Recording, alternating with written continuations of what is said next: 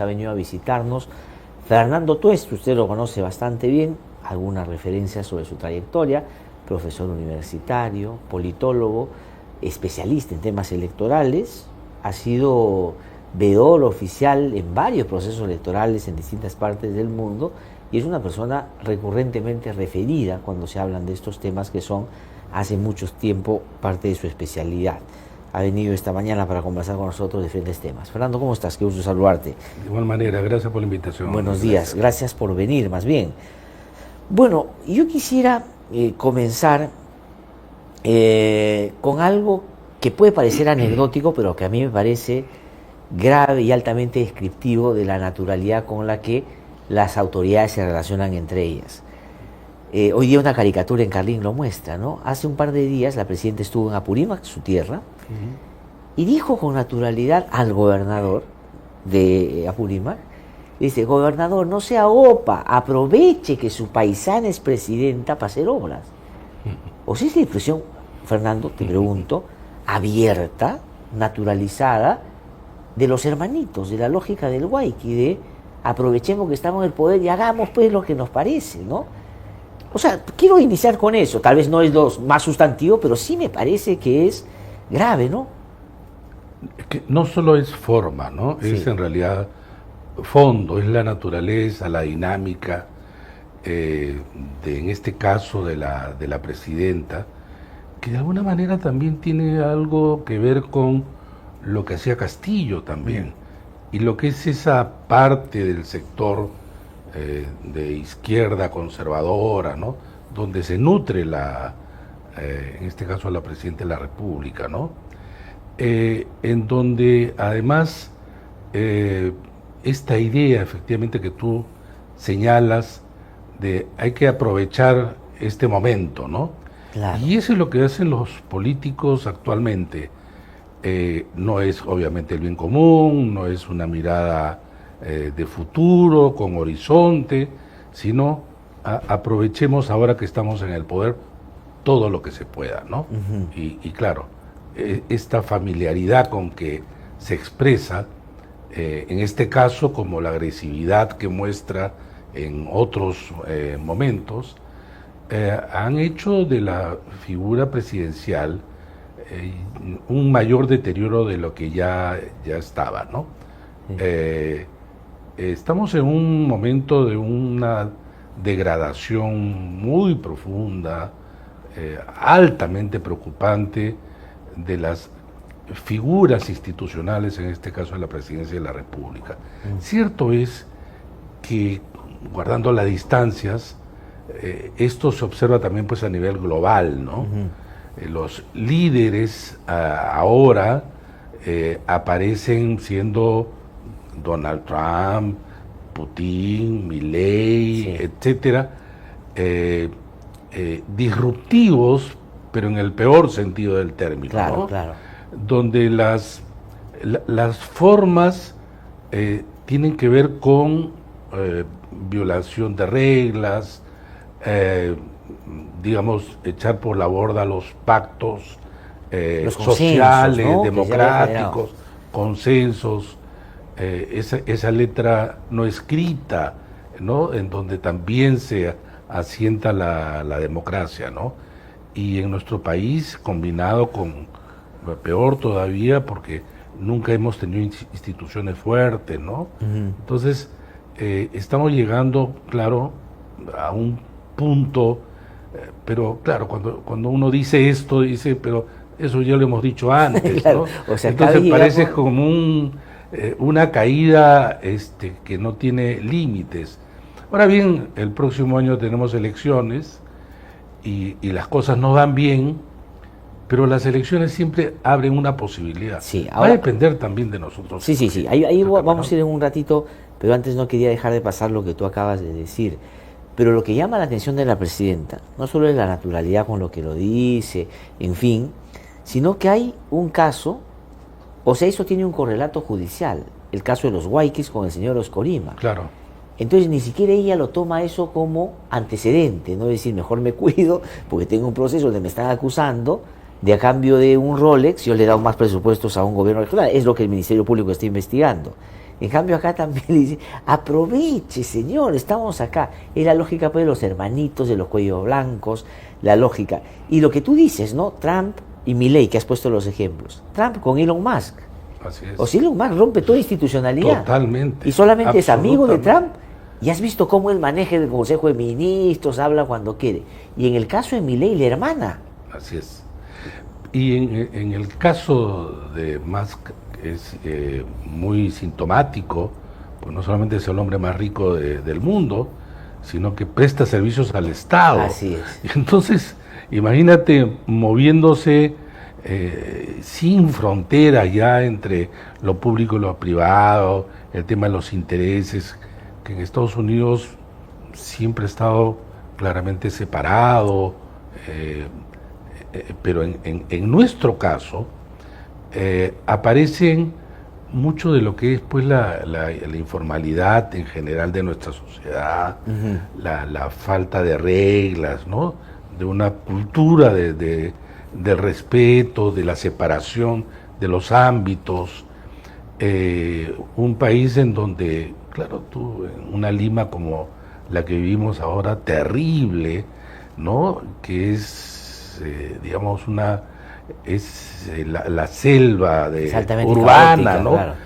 Donde cada uno saca su partida ahora de la peor manera, ¿no? Ya entrecruzándose con lo delictivo, ¿no? De lo criminal. Claro, es también la figura de Pepe el Vivo, ¿no? Sí. O sea, ahora, pero hay un elemento que me parece significativo en cómo quienes llegan al poder y vienen de la lógica más bien libertaria, Trump, Milei y otros, que vinculan la llegada al poder también con los negocios, así como tú referías, esta lógica prebendaria que dices, y con razón, Dina Boluarte, lo del presidente Castillo con los chotanos, en fin, pero aquí es como que la gritería de cuando llegan al poder es contra los caviares, contra los que parasitan el Estado, contra los que lucran de él. Entonces te generan una bulla por este lado y te hacen seguir la bulla, y ellos lo que hacen por el otro son negocios, permanentemente, sí, claro, al máximo nivel. Claro, tú ves que se ha empobrecido enormemente pues el debate político, ¿no? El debate público en general. En nuestro país casi no se puede discutir, no se puede debatir. ¿Cuál es el último debate público, ideológico, de visiones, al margen que uno puede estar de acuerdo o no, que tú recuerdas se ha dado en el país? O sea, ¿en qué momento esto ya rompe el mínimo esquema de racionalidad en la política? ¿En los últimos procesos o cuándo? Bueno, mucho se rompe a partir, yo creo, del ciclo que se inicia en el 2016, ¿no? Pero incluso en esta primera parte todavía era posible discutir, debatir. Hay una ruptura, creo que a partir del COVID, que se junta con las elecciones tan complejas, ¿no? Del 2021, en un entorno de polarización muy fuerte, pero repito, en un entorno de polarización que no es solamente en nuestro país, sino también a nivel regional, ¿no? El hartazgo de la gente, claro, lleva a movilizaciones con trágicas consecuencias como la de el inicio de este gobierno, pero también lleva a la gente a la frustración, que a su vez transita hacia la apatía, ¿no? El total desinterés. Y este es un serio problema, Glatzer, porque la persona, el ciudadano que rechaza, digamos, legítimamente a los políticos, sobre todo en el Congreso, a la presidencia, etcétera, se concentra, obviamente, entre su supervivencia, en su vida cotidiana, su trabajo, cómo sacar adelante, etcétera. Y entonces, al distanciarse de los temas públicos, dice: yo no quiero dar ningún debate, todos los políticos son iguales. Esta persona el momento en que llega un proceso electoral, no sabe cuáles son los debates, no sabe cuáles son los problemas, salvo los propios inmediatos, y esa persona es más vulnerable entonces a la desinformación, a la demagogia. Por eso muchas veces dicen, la gente no sabe por quién votar. ¿Y qué hace las personas, o cuál es la actitud o la forma como responde? Trata de preguntar al entorno. Claro. La pregunta es, ¿por quién hay que votar? ¿No? Sí. El entorno, ¿no? O muchas veces son consumidores de fake news, que esto además se va a multiplicar en este proceso electoral. Entonces, este es un ciudadano, repito, altamente vulnerable, que con su voto, en muchos casos, va a reproducir lo que tanto detesta, lo que tanto rechaza.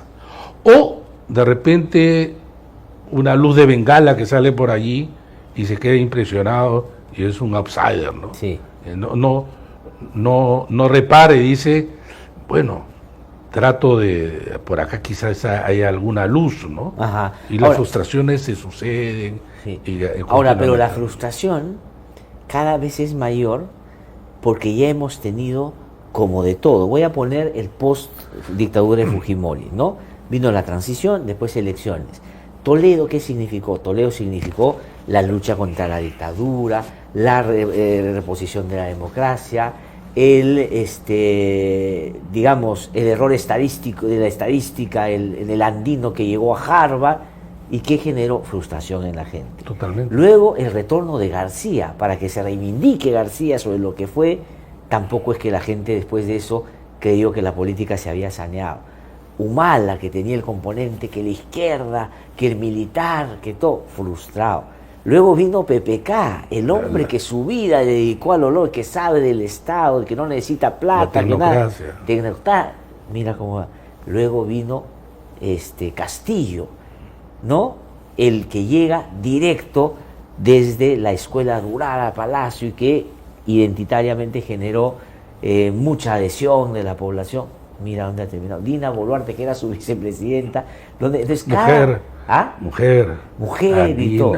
Claro, Vizcarra en el camino como vicepresidente también, que tuvo una suerte distinta, ¿no? Porque creo yo de lo que hay ahora, esto no hace bueno a Vizcarra, pero es el que ha logrado mantener cierto sector, por lo menos activo, pero más que por su capacidad o posibilidad de expresar una alternativa, por la simpatía que ha generado en un sector o por la antipatía que tiene a los otros, ¿no?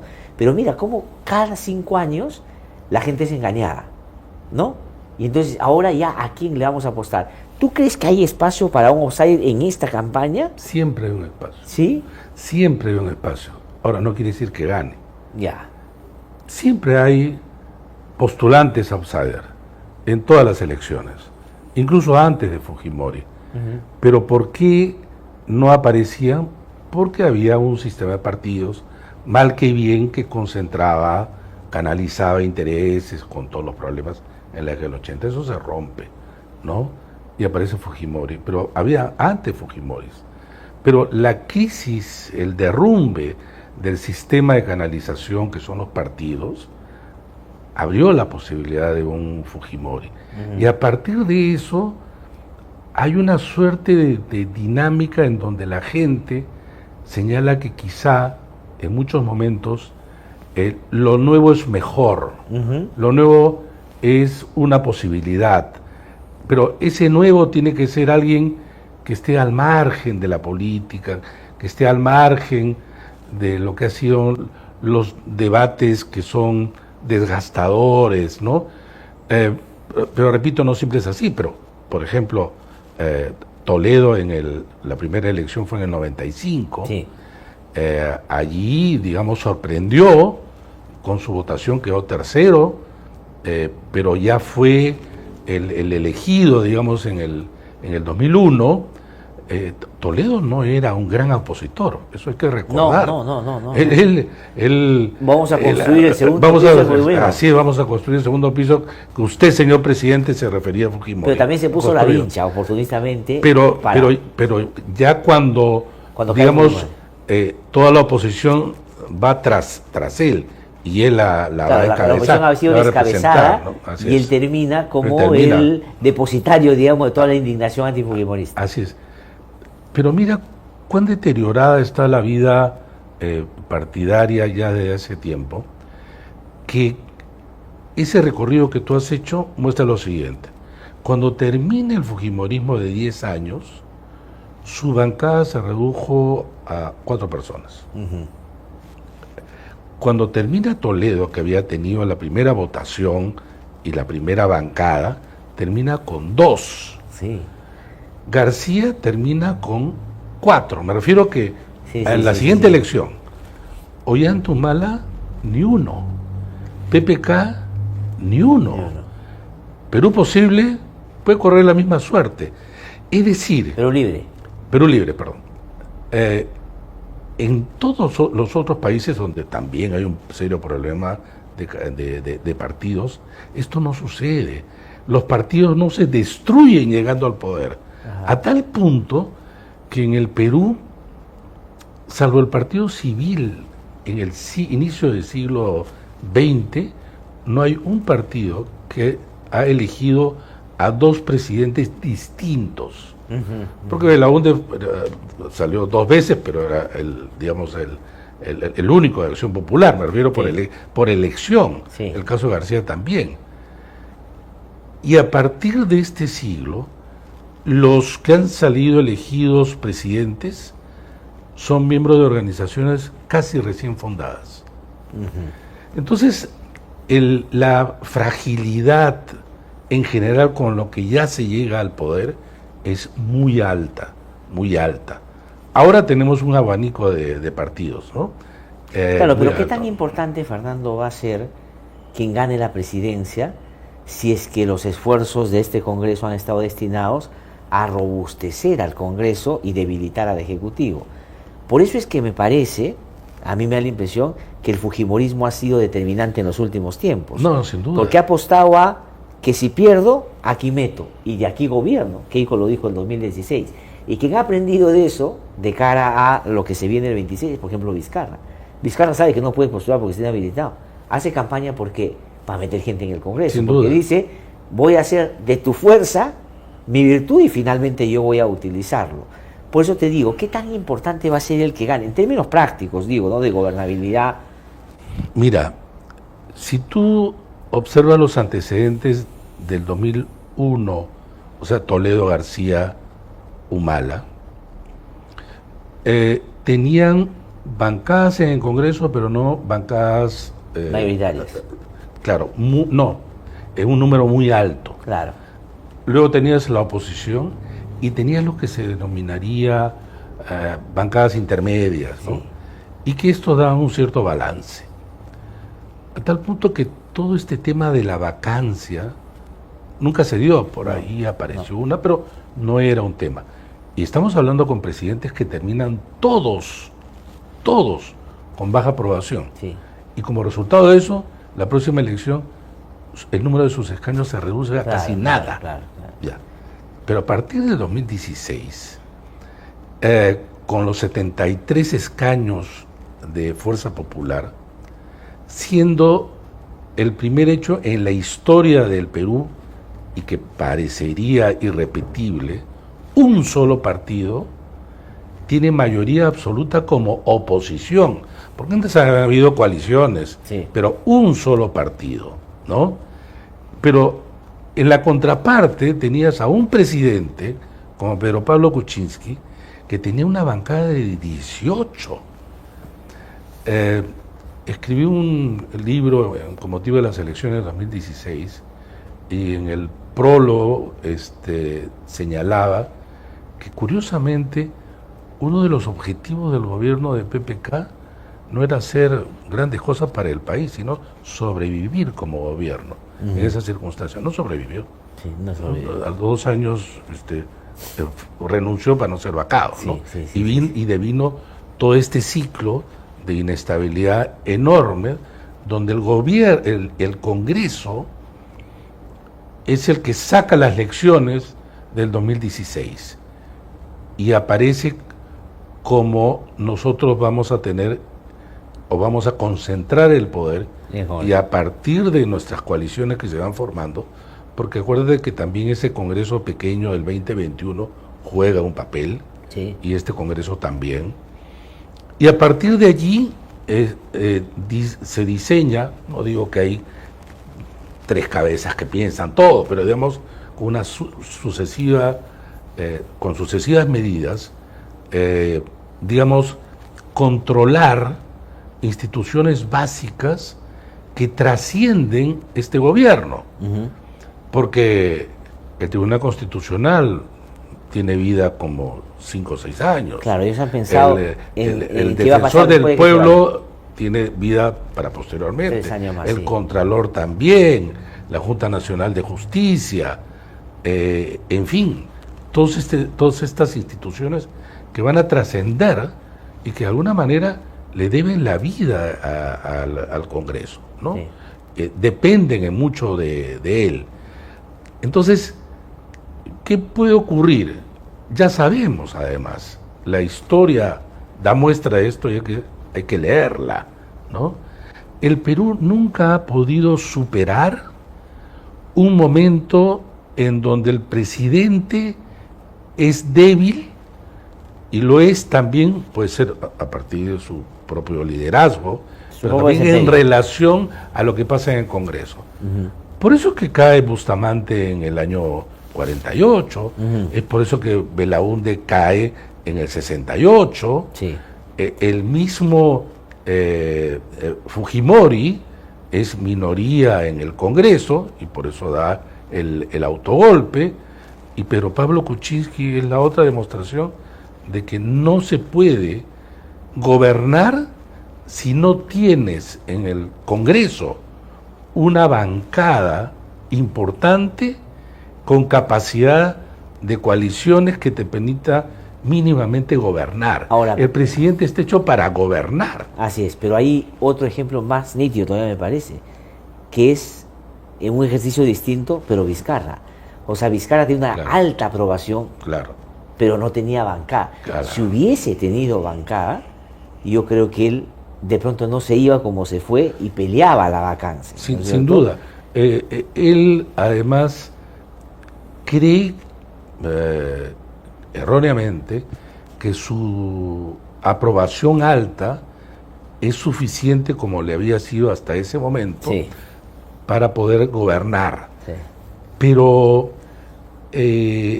la caída, digamos, de Merino a los pocos días de esta movilización, digamos, es una demostración también que la gente puede actuar en un momento, pero no las movilizaciones pueden tener una capacidad de impacto alta, pero si no es organizada en diversas maneras, esto se no, además, si no tiene un correlato político congresal, no es viable. Claro, entonces el Congreso se da cuenta de lo siguiente: cuando cae Castillo, asume Dina Boluarte, ella no dice yo voy a encabezar la transición y adelanto elecciones. Me quedo al 26.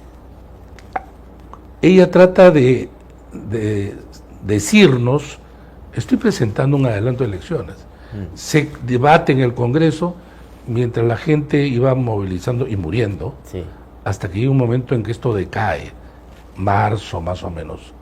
Después no se volvió a discutir el tema, porque entonces dice, la lectura es, si en un momento tan duro, tan intensamente complejo, no nos ha pasado nada, no nos va a pasar nada. Inclusive ha llegado a arrepentirse a Merino de decir, me hubiera quedado, porque dos eran menos que 49, digamos. Claro. Ahora, pero el otro asunto está el papel del fujimorismo en ese esquema que tú has dicho, porque efectivamente Dina presenta un proyecto de adelanto que para el año el fujimorismo hace un amague, pero presenta y boicotea la real posibilidad, le quita viabilidad, porque dice que no sea ahora, que sea allá, y después termina boicoteando. Porque yo creo que hay una bronca también, no bronca, sino una discusión interna. Interna, sí, pero que en términos prácticos se resuelve en términos prácticos, objetivos, Sí, claro. en hacer inviable la elecciones.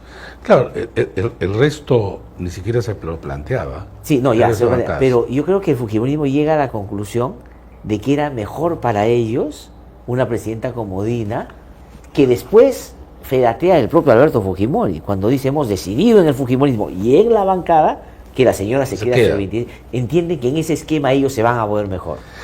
Hay que acordarse que cuando cae PPK, durante los 2 primeros meses, más o menos, era apoyado por el Congreso, incluso por el fujimorismo. Él, a partir de los cuellos blancos, que hay una ruptura, y él aparece, perdón, encabezando, de alguna manera, a partir de la reforma de justicia, una suerte de canaliza la indignación de la gente, ¿no? Y ahí se distancia del Congreso y esto se va abriendo cada vez más. Pero al inicio es apoyado por la, digamos, oposición, ¿no? de Pedro Pablo Kuczynski. En el caso de Dina Boluarte, el Congreso lee de otra manera, ¿no? Dina Boluarte de la misma manera, no tiene partido, pero no tiene el apoyo que tenía Vizcarra en su momento. La propia, claro. Dina Boluarte entra con un nivel de rechazo desde el primer mes, sí, que se va pronunciando hasta niveles históricos. Ahora, pero acuérdate, Fernando, que yo conversé, me acuerdo contigo en esos tiempos, y las encuestas, en el marco de la caída de Castillo en los términos que se produjo, planteaban 3 preguntas. Una, que se adelanten elecciones. Esa era la que tenía un altísimo nivel de aprobación. La segunda es que se quede la presidenta y que se cierre el Congreso. También tenía una aprobación. Y la que no era viable era que se queden los dos. Así 3%, que es el 3% que tiene Boluarte. O sea, lo que quiero decir es, ella optó por el camino que la gente claramente desde el comienzo decía que no era un camino, ¿no? Alguna vez un político dijo, no importa lo que piense el pueblo, decía, sí, de manera quizás extremadamente sincera. Claro. Llegando al pueblo no se le escucha, al pueblo se le gobierna. Entonces, en este caso, yo creo que han leído de esa manera, ¿no? Nosotros vamos a salir, perdemos todo, o sea, perdemos nuestro cargo, perdemos en algunos casos canalizar intereses oscuros, perdemos estatus, y ingresos. No nos garantizamos nuestra impunidad. Sin duda, en muchos casos hay, claro, investigaciones que ya tomarán otro curso.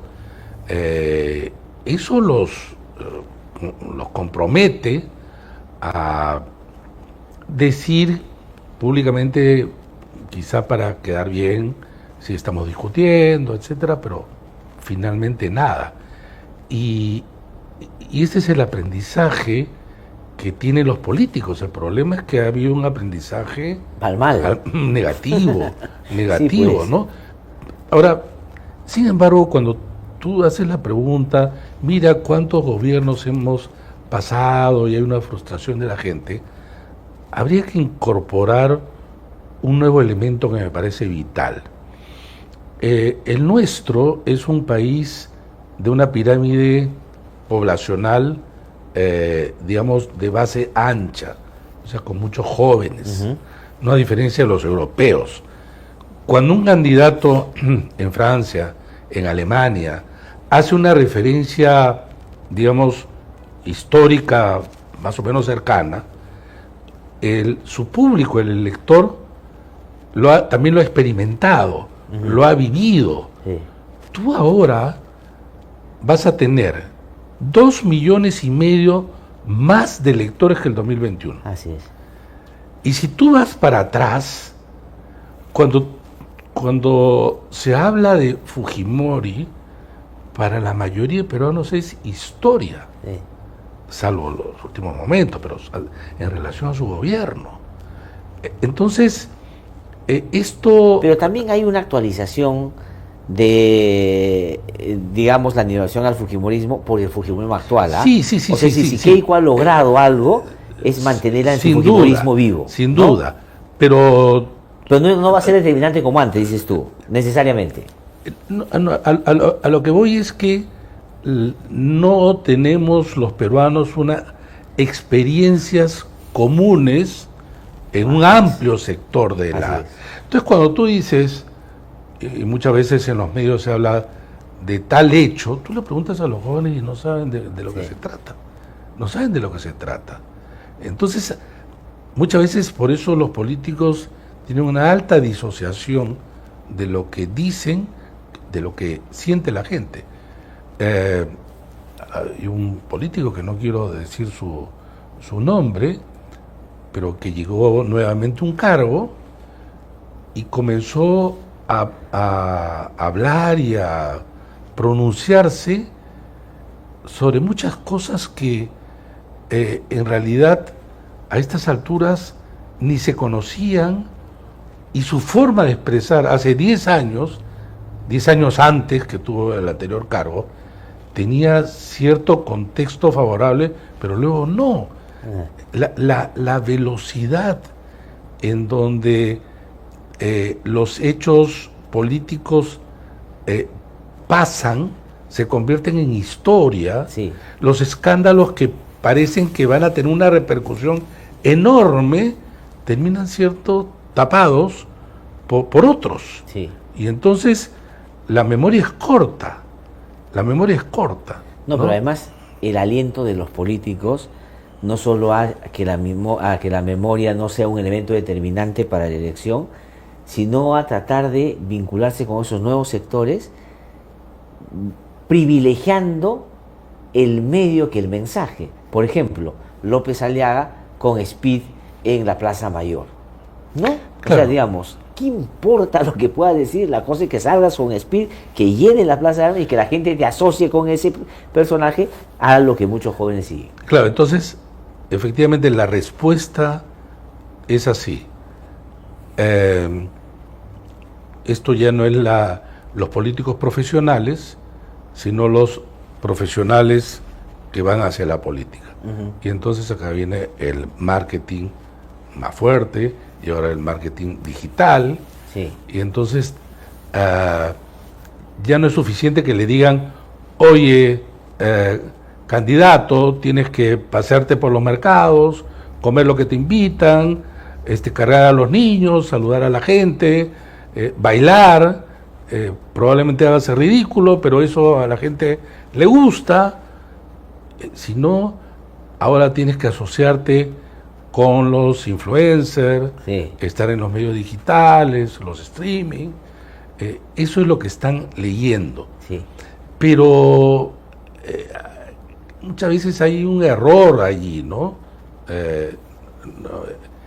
En relación que hay fracturas en la sociedad peruana enormes, ¿no? Enormes. Que explican además el triunfo de Castillo, claro, que nadie se lo pensaba. Y otra cosa más, cada vez más Lima está más distanciada del resto del país. Así es. Todavía los votos en el Perú no son los que ganan las elecciones, sino los votos de la gente. Así es. Entonces, hasta la década del 80, el resultado de Lima era una suerte del promedio nacional. O sea, tú podías, si sacas los números acá, es como lo proyectas en el conjunto. Ahora no. Y mira tú, los últimos casos, el caso sobre todo de Castillo, quien gana en Lima a nivel presidencial es López Aliaga, ¿no? Y a nivel ya de elecciones regionales y locales, esto es tremendo, porque, por ejemplo, y es por eso esto de querer eliminar a los movimientos regionales, cuando dicen, ¿cuál es el partido más organizado del país? El más fuerte, dicen, Fuerza Popular, ¿no es cierto? Más o menos dice la gente, dentro de lo que es los partidos en el Perú, ¿no? ¿Quién es el partido que más sacó votos y escaños en el Perú? El 21, Perú Libre. ¿Cuántos gobiernos regionales tiene Fuerza Popular y Perú Libre un año después de las elecciones? Ni uno. ¿Cuántos municipios provinciales tienen los dos? Ni uno. De 196. ¿Cuántos distritales tienen a nivel nacional? Estamos hablando de 1.684 municipios. Casi nada. Sí. Esos son los grandes partidos en el Perú. Ahora imagínate el resto. Pero le sumo a eso un dato. El otro día publicamos acá una nota de Carlos Viguria que ha revisado el número de militantes de los partidos. Bueno. Fuerza Popular tiene 58.000. Que si tú lo comparas inclusive con partidos recientemente inscritos, por decirte, el de Mervejo tiene más. O sea, lo que te quiero decir es, hay varios otros partidos que tienen más, pero no tienen la representación y el peso de Fuerza Popular, por ejemplo, en el Congreso de la República. El que más tiene, y se multiplica por 5, por 6, es Alianza para el Progreso, pero que tiene una lógica pues más empresarial, más de otro tipo, ¿no es cierto? Entonces, hay efectivamente una distorsión en torno a lo que se entiende es la representación. Es más de facto, ¿no? Es como el ejercicio del poder cuando tú lo ves en relación con la legitimidad que tiene. 94% en contra, 3% a favor, pero nadie los mueve del poder. No sirve ese dato fuerte de desprecio al gobierno porque no hace que las cosas cambien. Y de eso se valen pues para seguir haciendo lo que hacen, ¿no? Pero sobre los militantes habría que tener cierto cuidado. Estos números son los que aparecen en el registro de organizaciones políticas del Jurado Nacional de Elecciones. Pero la mayoría de los miembros o militantes del partido son solamente formalismos. Sí. En el Perú es uno de los países de América Latina de menor militancia en partidos y de tradición partidaria en general. Sí. Hemos tenido apenas unos ciclos, digamos, en los 70, 80, pero ahí ni antes ni después, salvo el APRA, ¿no? Pero no hay ese aparato organizativo, movilizador. Claro, no es el PSOE, no es el PP. Y acá en América Latina. Pero lo que voy es, yo entiendo eso, pero a lo que voy yo cuando cito el dato es a lo siguiente, que Fuerza Popular, con el peso político que tiene, o sea, en términos realpolitik, prácticos, gobierna, hace cosas, maneja el Congreso, debería, en principio, haber adherido de una manera un poco más institucional más gente, sabiendo que efectivamente cuando tú firmas un padrón nunca más te vinculas con el partido. Pero si este fuera lo que se dice, el partido más organizado, con más base, con más gente, más todo, su militancia debería ser un dato importante, ¿no es cierto? Sí, pero ¿sabes qué? Yo creo que ahí hay un tema de costo-beneficio también partidario. Porque si tú tienes mucha gente, requieres un aparato que necesitas desarrollar, controlar, y no es alimentar fácil. Cuando en realidad en el fondo lo que necesitas es quizá un aparato más pequeño. Y cumplir con lo formal. Y cumplir con lo formal, pero más pequeño y más controlado. Y otra cosa es la campaña. En la campaña metes plata, claro, en movilización ya de un aparato electoral, digamos, ¿no? Pero en otros momentos se reduce, claro, como un acordeón, ¿no? No necesitas. Fernando, tengo que ir terminando, pero quiero preguntarte dos cosas. Tú dijiste hace un rato que las elecciones siempre son una posibilidad, siempre. Ahora, yo cada vez pienso que hay como menos espacio para cambios importantes. Es verdad, antes, elecciones cada 5 años, algo cambiaba, venía el nuevo gobierno, bien que mal, digamos 2, 3 años, ya después como que el deterioro, en fin, hasta que el otro. Pero ahora, en realidad, ¿cuál puede terminar siendo el movimiento que genera real para cambiar todo lo que aquí hemos hablado? Lamentablemente se está haciendo más del poder. Y sumo la otra pregunta. ¿Coincides tú con Piero Corvetto, el jefe de la OMPE, que ha dicho que estas elecciones van a ser probablemente las más violentas que hemos tenido en los últimos años? Sí lo dijo en un momento, ¿no? Bueno, hay dos cosas. Vamos a tener a nivel de comunicación mucha desinformación, y en la desinformación muchos mensajes en el entorno polarizado de odio, fake news se van a multiplicar, la inteligencia artificial va a ingresar con más fuerza. Lo segundo que tienes es, claro, el crimen organizado ha crecido enormemente. El crimen organizado se va a mantener al margen de la elección de ninguna manera, ¿no? Quizá en elecciones municipales y regionales, que es en el segundo semestre, esto se muestre con mayor crudeza. Y sobre lo primero, es bien curioso porque acá puede ser una dinámica media perversa. La gente rechaza al Congreso, rechaza a los partidos que están en el Congreso. Y estamos hablando de un rechazo de 90 y tantos %.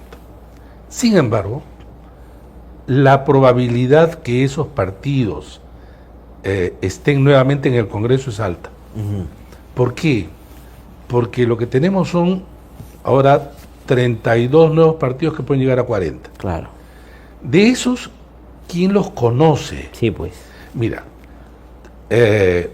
puede ser un buen profesional, un buen político, y que ha tenido el esfuerzo de hacer una organización, pero nadie lo conoce. Para que te conozcan necesitas tiempo, uh-huh, y plata. Necesitas dinero. Nadie vota a quien no conoce. Así es. Dentro de eso hay un segundo problema, que es lo siguiente.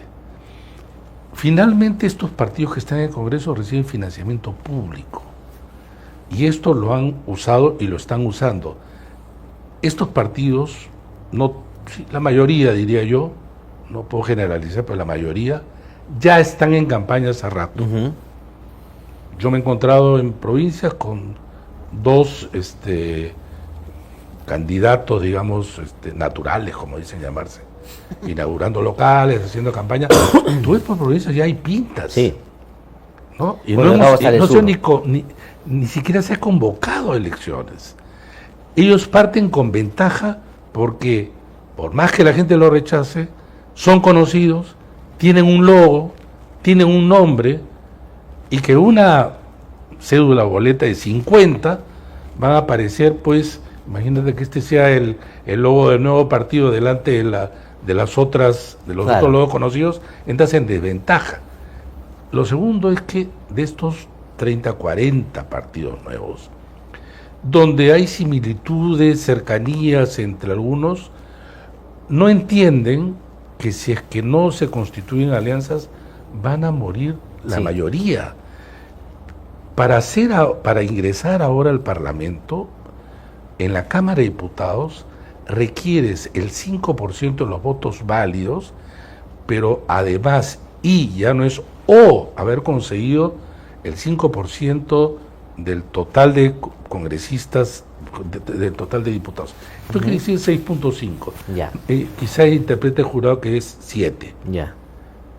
Por ejemplo, si se hubiera aplicado el anterior, ya no entraba, por ejemplo, el Partido Morado. Claro. Sacó 3. Claro.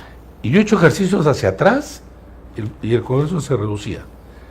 En diputados, por lo tanto, yo no creo que entren 10 mucho. Va a ser una masacre. Ya. Y en el Senado necesitas el 5% y 3 senadores elegidos de 60. Uh-huh. De 60. Claro, más reducido el gran espectro. problema va a ser la campaña.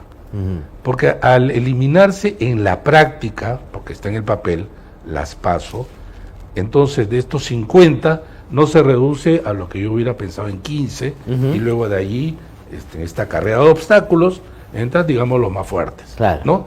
Sino que va a ser una campaña enormemente confusa, porque vas a tener 1 o 2 células, en todo caso, de 50 filas, con 5 columnas, que son 5 elecciones distintas, de las cuales 4 tienen 2 votos preferenciales. Solamente doy un dato para que más o menos lo calcule la gente. En Lima, ¿ya? No digo en todo el Perú, en Lima vas a tener, digamos, 50 candidatos presidenciales pidiendo el voto a los limeños. vas a tener, son 32, pero digamos 30 para que sea más fácil. 30 por 50 partidos, estamos hablando 3 por 5, 15, 1.500. 1.500. Candidatos, ¿no? para el diputado, Lima, nada para más. Lima. Para Lima nada más diputados. Luego tienes que escoger 4 dentro de 4 senadores que nos corresponde a Lima por 50 partidos, 200. Y luego tienes 30 del bolsón también de senadores que tiene que hacer también campaña en Lima porque es el mayor bolsón, que son 30 por 50. Claro. De nuevo, 1.500. Y luego tienes lo del Parlamento Andino que nadie se entera, pero igual son 5 por 50. Y los cuadros van a aparecer en la cédula. Todos esos, todos, como hay voto preferencial, todos van a pedir el voto a los limeños. Imagínate, eso es, si antes yo le llamaba pues el mercado persa, cuando antes había menos, pero igual, con voto preferencial, ahora esto es pues qué cosa, amarra, ¿no? Sí. Todo el mundo vendiendo, gritando, ofreciendo, y cuando hay mucha competencia de esa naturaleza, ¿qué te va a decir el consultor? No va a decir, bien, lo del partido nos juntamos, vamos a tener una sola línea, no, es yo soy tu competidor dentro del partido. Claro, claro. Y yo no voy a decir algo igual que tú, porque si no, ¿cuál es la diferencia? Sí. Y yo voy a ofrecer el oro y el moro. Van a ofrecer como candidatos presidenciales. Ahora. Eso va a crear serios problemas en la organización de las elecciones, tremenda confusión para capacitar a los miembros de mesa, un problema para los partidos y candidatos y para el ciudadano. Así es.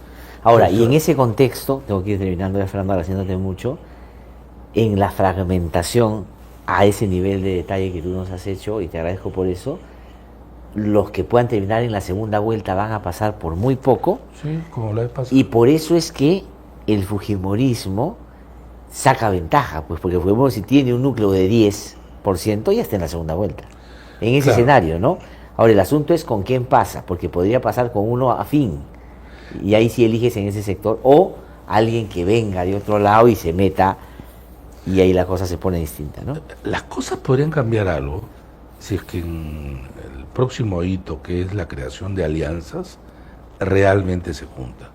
Entonces, quizá. ¿Y tú ves que eso es posible? No, por lo que se ve y se escucha.